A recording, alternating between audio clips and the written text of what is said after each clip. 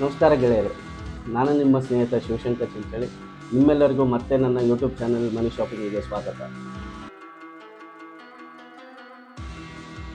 So ನಾವು previous ವಿಡಿಯೋದಲ್ಲಿ ನಾವು ಆಲ್ರೆಡಿ ನೋಡಿದ್ವಿ ಏನೇನು ಇನ್ವೆಸ್ಟ್ಮೆಂಟ್ ಟೈಪ್ಸ್ ಇದೆ, ಅದರ ಅಗೇನೆಸ್ಟ್ ಆಗಿ ಏನೇನು ಎಕ್ಸ್ಪೆಕ್ಟೇಷನ್ ನಾವು ಇನ್ವೆಸ್ಟ್ಮೆಂಟ್ಗೆ ನಾವು ಇಟ್ಕೊಂಡಿರ್ತೀವಿ ಅನ್ನೋದನ್ನು ನಾವು ಡಿಸ್ಕಸ್ ಮಾಡಿದ್ವಿ. ಇವತ್ತು ನಾನು ಏನು ಮಾಡ್ತಾ ಇದ್ದೀನಿ, ಈ ಒಂದು ಎಪಿಸೋಡಲ್ಲಿ ನಾನು ಒಂದು ಕೆಟಗರಿನ ಚೂಸ್ ಮಾಡಿದ್ದೀನಿ. ಏನದು ಕೆಟಗರಿ ಅಂತಂದರೆ, 3 ಕೆಟಗರಿ ಅಂದರೆ FD, RD ಮತ್ತು PF. ಇದು ಒಂದು 3 ಬಂದು ಏನಾಗುತ್ತೆ, ಒಂದೇ ಲೈನಲ್ಲಿ ಒಂದೇ ಕೆಟಗರಿ ಇನ್ವೆಸ್ಟ್ಮೆಂಟು 90% ಆಲ್ಮೋಸ್ಟ್ ಸಿಮಿಲಾರಿಟಿ ಇದೆ. ಸೊ ಅದನ್ನು ಚೂಸ್ ಮಾಡಿದ್ದೀನಿ. ಸೊ ಈ ಕಂಟೆಂಟಲ್ಲಿ ನಾವು ಅದನ್ನು ಕಂಪ್ಲೀಟಾಗಿ ಬ್ರೇಕ್ ಡೌನ್ ಮಾಡೋಣ. ಇದನ್ನೇ ಯಾಕೆ ಇಂಡಿಯನ್ಸ್, ನಾನು ಫಸ್ಟ್ ಇದನ್ನು ಯಾಕೆ ಚೂಸ್ ಮಾಡಿದ್ದೀನಿ ಅಂದರೆ, ನಮ್ಮಲ್ಲಿ ಏನಾಗ್ಬಿಟ್ಟಿದೆ, ಒಂದು ಟ್ರೆಡಿಷನಲ್ ವೇ ಆಫ್ ಇನ್ವೆಸ್ಟ್ಮೆಂಟ್ ಆಗಿದೆ. ಬಟ್ ಇದನ್ನು ನಾನು ಯಾಕೆ ಸರಿ ಇಲ್ಲ ಅಂತ ನಾನು ಯಾಕೆ ಹೇಳ್ತಿದ್ದೀನಿ ಅಂತಂದರೆ, ಇದು ಆ್ಯಕ್ಚುಲಿ ಇದು ಒಂದು ಓನ್ಲಿ ಸೇಫ್ ಇನ್ವೆಸ್ಟ್ಮೆಂಟ್ ಅನ್ನೋದೊಂದು ಬಿಟ್ಟರೆ, ಇದು ಒಂದು ಇನ್ಫ್ಲೇಷನ್ ಬೀಟ್ ಮಾಡಲ್ಲ, ರಿಯಲ್ ಆಗಿ ಒಂದು ವೆಲ್ತ್ ಕ್ರಿಯೇಟ್ ಮಾಡಲ್ಲ. ಎಕ್ಸ್ಪೆಕ್ಟೇಷನ್ಗೆ ಯಾವ್ದಾದ್ರು ಮ್ಯಾಚ್ ಆಗುತ್ತೆ, ಯಾವ್ದಾದ್ರು ಮ್ಯಾಚ್ ಆಗಲ್ಲ ಅನ್ನೋದನ್ನು ನಾವು ಡಿಸ್ಕಸ್ ಮಾಡೋಣ ಇದರಲ್ಲಿ. ಓಕೆ, ಮೊದಲು ನಾವು FD ಬಗ್ಗೆ ಮಾತಾಡೋಣ. FD ಫಿಕ್ಸ್ ಡಿಪಾಸಿಟಲ್ಲಿ ಏನಿದೆ ಅಂತದ್ದು, ಓನ್ಲಿ ಒಂದು ಬೆನಿಫಿಟ್ ನಿಮ್ಗೆ ಸಿಗೋದು. ಏನದು ಬೆನಿಫಿಟ್? Only safe. ನೀವು ಬ್ಯಾಂಕಲ್ಲಿ ಇಟ್ಟರೆ ಅದು ಸೇಫ್ ಆಗಿರುತ್ತೆ. ಓಕೆ, ಕಳ್ಳತನ ಆಗಲ್ಲ, ನೀವು ಅದು ಏನು ಮಾರ್ಕೆಟ್ ರಿಸ್ಕ್ ಇದೆ ಅಂತ ಹೇಳ್ಬಿಟ್ಟು ಯೋಚನೆ ಮಾಡೋದಿಲ್ಲ. ಅದು ಬ್ಯಾಂಕಲ್ಲಿದೆ, ಸೇಫ್ ಆಗಿದೆ. ಅದು 1 ವರ್ಷ ಇಡಲಿ, 2 ವರ್ಷ ಇಡಲಿ, 5 ವರ್ಷ ಇಡಲಿ, ಅದು ಬ್ಯಾಂಕಲ್ಲಿ ಇರುತ್ತೆ. ನನಗೆ ಕೊನೆಯಲ್ಲಿ ಒಂದು ಸ್ವಲ್ಪ ಇಂಟ್ರೆಸ್ಟ್ ಬರುತ್ತೆ, ಸಾಕಪ್ಪ.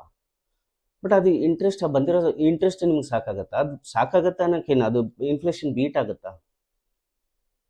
ಇನ್ಫ್ಲೇಷನ್ ಬೀಟ್ ಆಗಲ್ಲ. ಓಕೆ, ನಿಮ್ಗೆ ಏನಾದರೂ ರೆಗ್ಯುಲರ್ ಬೆನಿಫಿಟ್ ಇದೆಯಾ? ಪ್ಯಾಸಿವ್ ಇನ್ಕಮ್ ಥರ ಏನಾದರೂ ಇದೆಯಾ? ಇಲ್ಲ. ಈ ಪ್ಯಾಸಿವ್ ಇನ್ಕಮ್ ಅಂತ ಅನ್ಕೊಂಡ್ಬಿಟ್ಟು ನೀವು ಇಂಟ್ರೆಸ್ಟನ್ನು ಪೇ ಬ್ಯಾಕ್ ಮಾಡ್ಕೊತಾ ಇದ್ದೀರಾ ಅಂತಂದರೆ, ಆ ಪ್ರಿನ್ಸಿಪಲ್ ಹಾಗೇ ಇರುತ್ತೆ. ಅದು ಪ್ರಿನ್ಸಿಪಲ್ ಗ್ರೋ ಆಗಲ್ಲ, ನಿಮ್ಗೆ ಬರೀ ಇಂಟ್ರೆಸ್ಟ್ ಮಾತ್ರ ನಿಮ್ಮ ಅಕೌಂಟಿಗೆ ಬರ್ತಾ ಇರುತ್ತೆ. ಬಟ್ ಪ್ರಿನ್ಸಿಪಲ್ ಏನಿರುತ್ತೆ ಅದೇ ಇರುತ್ತೆ. ಆದಮೇಲೆ 5 ವರ್ಷ ಆದಮೇಲೆ, 10 ವರ್ಷ ಆದಮೇಲೆ ಆ ಪ್ರಿನ್ಸಿಪಲ್ ಏನಿರುತ್ತಲ್ಲ, ಅದು ನಿಮ್ಗೆ ಇನ್ಫ್ಲೇಷನಿಗೆ ನೋಡಿದರೆ you are losing the value of money. So ಅದನ್ನೆಲ್ಲ ಯೋಚನೆ ಮಾಡಬೇಕಾಗತ್ತೆ. ಈ FDಯಲ್ಲಿ ಏನಂತಂದರೆ, ಒಂದೇ ಒಂದು ಬೆನಿಫಿಟ್ ನಿಮಗೆ ಸೇಫ್ ಅನ್ನೋದು ಬಿಟ್ಟರೆ ಬೇರೆ ಏನೂ ಬೆನಿಫಿಟ್ ಸಿಗಲ್ಲ. ಈ FD ಅನ್ನೋದು ಏನಾಗ್ಬಿಟ್ಟಿದೆ, ನಮ್ಮ ಟ್ರೆಡಿಷನಲ್ ವೇ ಆಗ್ಬಿಟ್ಟಿದೆ ಅಷ್ಟೇ. ಈಗ RD ಅಂತ ತಗೊಂಡ್ರೆ, ಈ ಸಿಮಿಲರ್ ಟು FDಯಲ್ಲಿ ಏನು ಮಾಡ್ತೀವಿ ಅದೇ ಥರನೇ. ಬಟ್ ಏನಂತಂದರೆ, ಒಂದು ಸ್ವಲ್ಪ ಬೆನಿಫಿಟ್ ಏನಂತಂದರೆ, ಅದರಲ್ಲಿ ಸೇಫ್ ಇದೆ, ಇದರಲ್ಲೂ ಸೇಫ್ ಇದೆ. ಕಂಪೇರಿಂಗ್ ಟು ನೀವು FD ಅಂತಂದ್ರೆ ಏನು ಮಾಡ್ತೀರಿ, ಇದರಲ್ಲಿ ನೀವು ಲಂಸಮ್ ಅಮೌಂಟ್ ಒಂದೇ ಸರಿ ನಾನು 50,000 1 ಲಕ್ಷ ಹಾಕಲ್ಲ. ತಿಂಗಳ 1,000, 2,000, 5,000, 10,000 ಏನೇನು ಮಾಡ್ತೀರಿ, ಅದು ನಿಮ್ಮ ಇನ್ವೆಸ್ಟ್ಮೆಂಟ್ ಇದ್ರ ಮೇಲೆ ನೀವು ತಿಂಗಳ ಏನೋ ಒಂಥರ ರೆಗ್ಯುಲರ್ ಆಗಿ ನೀವು ಇನ್ವೆಸ್ಟ್ಮೆಂಟ್ ಮಾಡ್ಕೊಂಡು ಹೋಗ್ತೀರಿ. ಬಟ್ ಇದರಲ್ಲೂ ಹಾಗೆ, ಇನ್ನೂ ನಿಮಗೆ ಇಂಟ್ರೆಸ್ಟ್ ಲೆವೆಲ್ಲು ಇದರಲ್ಲಿ FDಗಿಂತ ಇದು ಇನ್ನೂ ಕಡಿಮೆ ಇರುತ್ತೆ. ಬಟ್ ಒಂದೇ ಒಂದು ಬೆನಿಫಿಟ್ ಏನು ಸಿಗುತ್ತೆ FDಗಿಂತ, ಸೇಫು ಪ್ಲಸ್ ಲಂಸಮ್ ಅಮೌಂಟ್ ಬೇಕಾಗಿರಲ್ಲ. ಅಷ್ಟೊಂದು ಲಂಸಮ್ ಅಮೌಂಟ್ ಜಾಸ್ತಿ ಬೇಕಾಗಿಲ್ಲ. ಬಟ್ ಅದೇ ಥರ ಇದರಲ್ಲೂ ಇನ್ಫ್ಲೇಷನ್ ಬೀಟ್ ಆಗಲ್ಲ, ನಿಮಗೆ ರೆಗ್ಯುಲರ್ ಬೆನಿಫಿಟ್ ಇರಲ್ಲ, ನಿಮಗೆ ಮಾರ್ಕೆಟ್ ಗ್ರೋತ್ ಇರಲ್ಲ, ನಿಮಗೆ ಒಂದು ಕಾಂಪೌಂಡೆಡ್ ಗ್ರೋತ್ ಇರಲ್ಲ. ರಿಯಲ್ ವೆಲ್ತ್ ಬಿಲ್ಡ್ ಆಗಲ್ಲ. RDಯಲ್ಲೂ ಆಗಲ್ಲ, FDಯಲ್ಲೂ ಆಗಲ್ಲ. ಅದನ್ನು ನಾವು ಅರ್ಥ ಮಾಡ್ಕೋಬೇಕು. ಓಕೆ, ನಾವು ಮೂರನೇದು ಏನು ಮಾತಾಡೋಣ, PF or PPF, provident fund ಅಂದರೆ ಏನು? ಇದು ಏನಂತಂದರೆ, ಬ್ಯಾಂಕ್ ಅಲ್ಲದೆ ಏನಾಗುತ್ತೆ, ಗೌರ್ಮೆಂಟ್ ಬ್ಯಾಂಕ್. ಬಿಸ್ನೆಸ್ ಆಗಲಿ ಫ್ರೀಲಾನ್ಸ್ ಮಾಡೋರಿಗೆ ಇದು ಅಪ್ಲಿಕೇಬಲ್ ಆಗಲ್ಲ. ಬಟ್ ಏನಂದರೆ, ಎಂಪ್ಲಾಯ್ಸ್ ಇದ್ದೀರಾ ಅಂತಂದರೆ, ಎಂಪ್ಲಾಯ್ಸ್ ಅವರಿಗೆ ಇದು ಗೌರ್ಮೆಂಟ್ ಆಗಿರೋಂಥ ಮ್ಯಾಂಡೇಟ್ರಿ ಇನ್ವೆಸ್ಟ್ಮೆಂಟ್. ನೀವು ಕಂಪಲ್ಸರಿ ನಿಮ್ಮ ಸ್ಯಾಲ್ರಿ ಅಮೌಂಟಲ್ಲಿ 10% 12% ದ ಗೌರ್ಮೆಂಟ್ ಏನು ಹಾಕಿದೆ ಅದನ್ನು ಮ್ಯಾಂಡೇಟ್ರಿ ಇನ್ವೆಸ್ಟ್ಮೆಂಟು, ನೀವು ಅದನ್ನು ಮಾಡ್ತಾನೆ ಇರಬೇಕು. ಅದು ಆಟೋಮೆಟಿಕ್ಕಾಗಿ ನಿಮ್ಮ ಸ್ಯಾಲ್ರಿಯಿಂದ ಡಿಡಕ್ಟ್ ಆಗುತ್ತೆ. ಇನ್ನೂ ಒಂದು ರೀತಿನ ನಾವು ಇನ್ವೆಸ್ಟ್ಮೆಂಟ್ ಅಂತ ನಾವು ಅದನ್ನು ಕನ್ಸಿಡರ್ ಮಾಡಿಕೊಂಡು, ನಂದೇನೋ ರಿಯಲ್ ಆಗಿ ನನ್ನ ವೆಲ್ತ್ ಬಿಲ್ಡ್ ಆಗ್ತಾಯಿದೆ, ನನ್ನ PFಯಿಂದ ಬಿಲ್ಡ್ ಆಗ್ತಾಯಿದೆ ಅಂದ್ಕೊಂಡ್ರೆ, ಅದು ಖಂಡಿತ ಅದರಲ್ಲೂ ಅಷ್ಟೊಂದು ಬೆನಿಫಿಟ್ ಇಲ್ಲ. ಯಾಕೆ ಅಂದರೆ, ನೀವು ಅದರಲ್ಲೂ ಹಾಗೆ ಸ್ವಲ್ಪ RD ಥರ ನಾವು ಎವ್ರಿ ಮಂತಲ್ಲಿ ನಮ್ಮ ಸ್ಯಾಲ್ರಿಯಲ್ಲಿ ಒಂದು 10 to 12% ಡಿಡಕ್ಟ್ ಆಗ್ತಾ ಇರುತ್ತೆ. ಅದು ಒಂದು ಬೆನಿಫಿಟ್ಟು, ಒಂದು ಸೇಫ್ ಆಗಿದೆ ಅನ್ನೋದು ಒಂದು.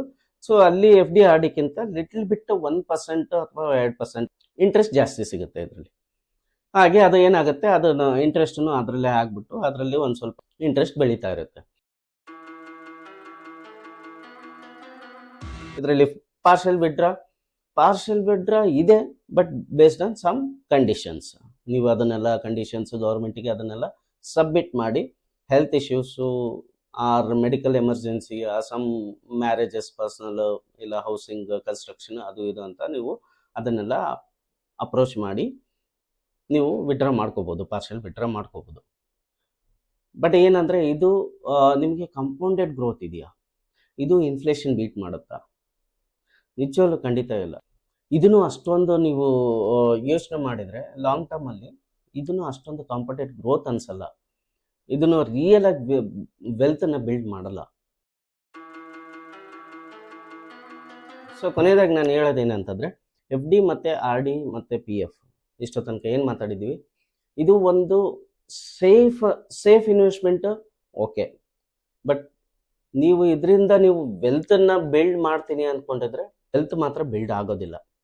ಸೊ ಅದಕ್ಕೆ ನಾವು ನೆಕ್ಸ್ಟ್ ಏನು ಇನ್ವೆಸ್ಟ್ಮೆಂಟ್ಸ್ ಮಾಡಬೇಕು ಅನ್ನೋದು ನೆಕ್ಸ್ಟ್ ನಾನು ಬೇರೆ ಬೇರೆ ಕಂಟೆಂಟಲ್ಲಿ ನಾನು ಕಂಟಿನ್ಯೂ ಮಾಡ್ತೀನಿ.